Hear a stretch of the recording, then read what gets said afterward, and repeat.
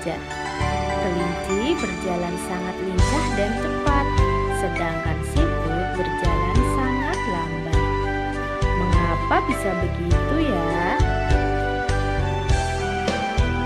Masih ingat kan pembelajaran 1 dan 2 tentang hewan vertebrata dan avertebrata?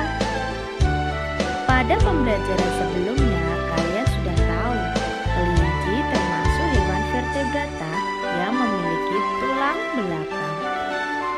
Siput merupakan hewan avertebrata, tidak mempunyai tulang belakang. Nah, itulah yang menjadi perbedaan cara berjalan kelinci dan siput. Coba kalian perhatikan tabel karakteristik perbedaan kelinci, siput, buaya, dan nyamuk berikut. Nah, ini tabelnya, silahkan diamati.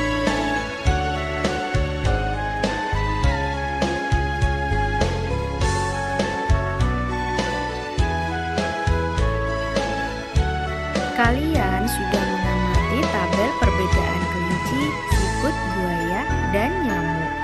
Lalu, apa kesimpulan yang bisa kalian dapatkan? Ya, kelinci dan buaya termasuk vertebrata. Sedangkan untuk siput dan nyamuk termasuk avertebrata atau nama lain invertebrata. Adapun ciri-ciri hewan avertebrata, yang pertama, biasanya susunan sarafnya berada di perut. 2. Memiliki rangka luar. 3. Otaknya tidak terlindungi oleh rangka. Siput mempunyai organ gerak perut. Otot-otot di perutnya berfungsi mengangkat dan menggerakkan tubuh ke depan. Perut siput berbentuk pipih dan lebar, memiliki banyak kelenjar lendir. Lendir berguna untuk melindungi tubuhnya dan mempermudah bergerak. Ayo simak tabel hewan avertebrata berikut. Nah, ada belalang, cacing, dan juga ubur-ubur.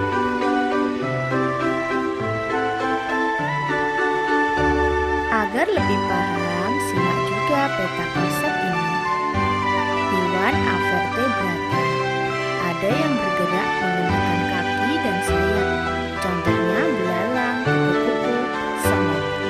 Yang bergerak menggunakan perut, contohnya siput, cacing, dan lintah. Sedangkan organ gerak tentakel, contohnya ubur-ubur, cumi-cumi, dan juga sotong.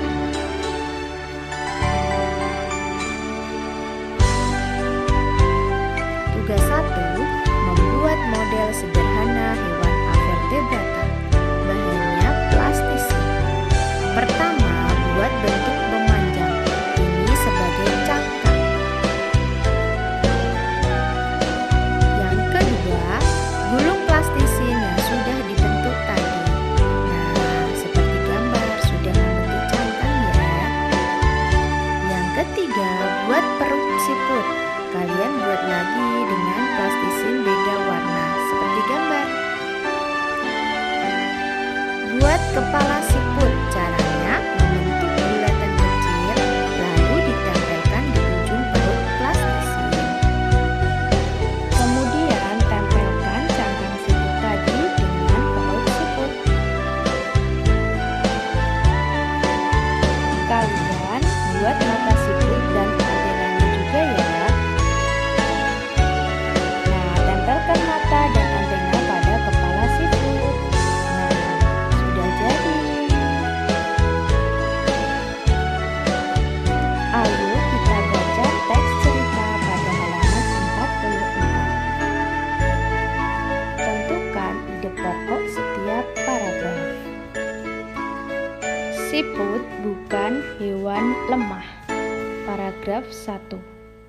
Siput menurut sebagian orang dianggap sebagai hewan yang lamban dan menjijikkan. Bahkan karena gerakannya yang lamban, tidak jarang orang membanding-bandingkannya dengan kelinci. Siput juga dianggap menjijikkan karena tubuhnya yang penuh lendir. Coba kalian tentukan ide pokok dari paragraf tersebut. Ya, betul. Coba kalian lihat kata lamban dan menjijikkan. Nah, di kalimat kedua dan kalimat ketiga juga ada kata-kata ini. Sehingga dapat kita simpulkan bahwa kalimat kedua dan kalimat ketiga adalah paragraf atau kalimat penjelas. Kalimat utama atau ide pokok dari paragraf 1 ini yaitu siput dianggap sebagai hewan yang lamban dan menjijikkan. Kita lanjut untuk paragraf yang kedua. Coba kalian simak. Sebenarnya siput memiliki kelebihan dan keistimewaan. Kelebihan dan keistimewaan siput ini merupakan karunia Tuhan yang tidak dimiliki oleh hewan-hewan lain. Apa saja kelebihan dan keistimewaan tersebut? Nah, coba mana ide pokok dari paragraf yang kedua ini? Ya, ada di kalimat pertama juga. Siput memiliki kelebihan dan keistimewaan. Karena di kalimat kedua menjelaskan tentang kata-kata ini.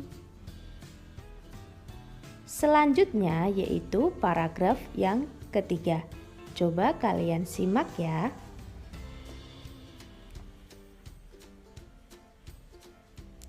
Siput merupakan hewan yang berjasa dalam penguraian serpihan daun-daunan.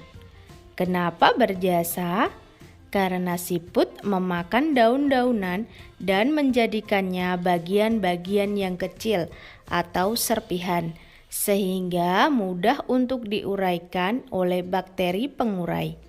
Jika benda-benda yang besar seperti daun berubah menjadi serpihan dan diuraikan akan bermanfaat bagi kelestarian lingkungan sekitar siput berada. Hasil penguraian yang diawali oleh siput itu akan berfungsi menjadi pupuk alami, sehingga tanah pun menjadi subur. Kalimat utama pada paragraf ketiga ini juga terletak di awal kalimat. Selanjutnya paragraf keempat. Siput adalah sang pengembara yang mandiri. Meskipun siput berjalan lamban, namun siput memiliki stamina yang sangat bagus. Daerah pengembaraan siput pun sangat luas. Pengembaraan siput dimulai sejak siput menetas. Setelah menetas, siput langsung mandiri. Siput tidak lagi terikat dan bergantung pada induknya. Paragraf keempat ini untuk ide pokoknya juga terletak di awal kalimat, yaitu siput adalah sang pengembara yang mandiri. Paragraf kelima.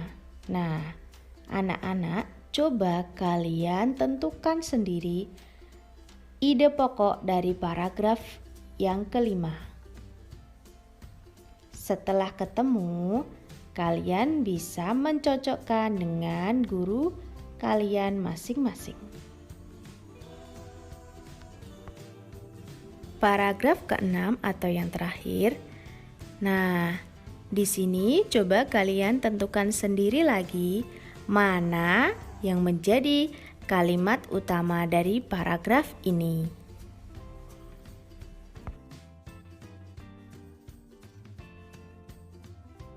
Setelah membaca teks cerita tentang siput, nah Edo menjadi tertarik untuk menggambar sebuah gambar ilustrasi. Nah, seperti ini gambarnya. Edo menggunakan corak kartun sehingga gambarnya lucu. Nah, apa itu corak gambar ilustrasi? 1. Realis. Gambar dibuat seperti keadaan aslinya, baik bentuk, ukuran, dan tata letaknya. Contohnya yaitu kapal dilanda badai oleh Raden Saleh. Kedua, karikatur. Gambar yang melebih-lebihkan atau mengubah dari objek aslinya. Gambar karikatur menyajikan objek dengan karakter yang lucu dan aneh. Contohnya ini. Ketiga, kartun. Gambar yang berfungsi untuk menghibur atau berisikan humor. Biasa berupa tokoh binatang atau manusia.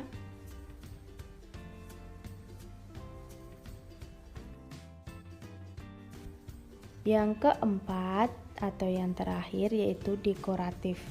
Dekoratif adalah gambar yang disajikan dengan mengubah bentuk objek aslinya, namun tanpa menghilangkan ciri-ciri khasnya. Seperti ini contohnya.